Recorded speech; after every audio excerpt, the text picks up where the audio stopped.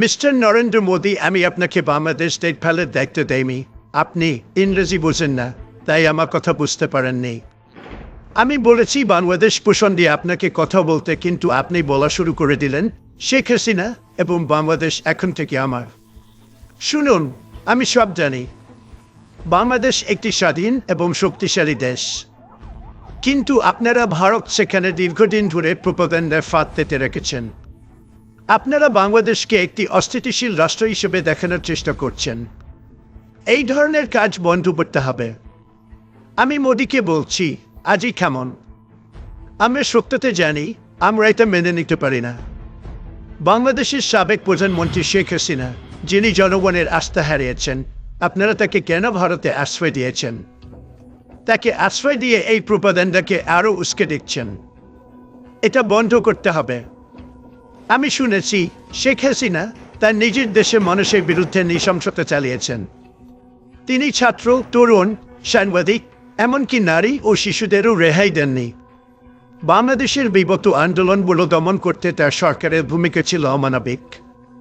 আমি বলছি, শেখ হাসিনা, আপনি জনগণের বিরুদ্ধে যেসব কাজ করেছেন তার জন্য আপনাকে অবশ্যই জবাবদিহি করতে হবে। আর মোদী, তাকে আপনি ভারতের আশ্রয় রেখে এই অপরাধের সমর্থন দিচ্ছেন কেন? এটা মোটেও গ্রহণযোগ্য নয়। শেখ হাসিনাকে বাংলাদেশের জনগণের কাছে ফিরিয়ে দিন। তারা তার বিচার করবে। বাংলাদেশের মাটি জনগণের। ভারতকে বাংলাদেশে নিয়ে নাট গড়ানো বন্ধ করতে হবে, হস্তক্ষেপ বন্ধ করতে হবে। এটা আমার ক্লিয়ার কথা। মোদী, আপনি আমার কথা বুঝতে না পারলে হিন্দিতে অনুবাদ করে নিন। বাংলাদেশের ছাত্ররা তাদের অধিকার রক্ষার জন্য দাঁড়িয়েছে। তারা শান্তিপূর্ণভাবে তাদের দাবি জানিয়েছে, কিন্তু তাদের হত্যা করা হয়েছে, গুম করা হয়েছে। এ ধরনের নিষ্ঠুরতা কোনো স্বাধীন রাষ্ট্রে মেনে নেওয়া যায় না। আমরা এটা দেখতে পারি না। জাতিসংঘের সর্বশেষ প্রতিবেদনে 1400 মানুষকে হত্যা করা হয়েছে। মোদী, আপনি কখনো ভেবেছেন কতজনের পরিবার তাদের সন্তান হারিয়েছে? কত মায়েরা সন্তানহারা হয়েছেন? এটা কি একটি গণতান্ত্রিক দেশের চিত্র? শেখ হাসিনা এবং তার প্রশাসন এই হত্যাকাণ্ডের জন্য দায়ী। আপনি কিভাবে এখনো তাকে সমর্থনের কথা বলেন? আপনি কি বাংলাদেশের মানুষের রক্তের উপর দিয়ে ভারতীয় কর্তৃত্ব প্রতিষ্ঠা করতে চান? আপনি যদি সত্যি দক্ষিণ এশিয়ার শান্তি চায়, তবে তাদের এ ধরনের হত্যাকাণ্ড বন্ধ করতে হবে।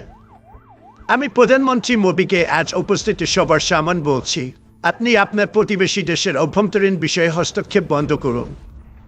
শেখ হাসিনাকে আশ্রয় দেওয়ার মাধ্যমে আপনি শুধু সমস্যাকে আরও জটিল করছেন। এটা বন্ধ করুন, এখনই বন্ধ করুন। আপনাদের দায়িত্ব আপনাদের দেশের উন্নতি করা। অন্য দেশের রাজনীতিতে নাট গড়ানো প্রতিবেশীর কাজ নয়। আমরা, আমেরিকা, এই অঞ্চলের স্থিতিশীলতা দেখতে চাই। আমরা শান্তি চাই, কিন্তু এভাবে চলতে থাকলে শান্তি আসবে না। বাংলাদেশকে তাদের নিজের সমস্যার সমাধান করতে দিন। ধন্যবাদ।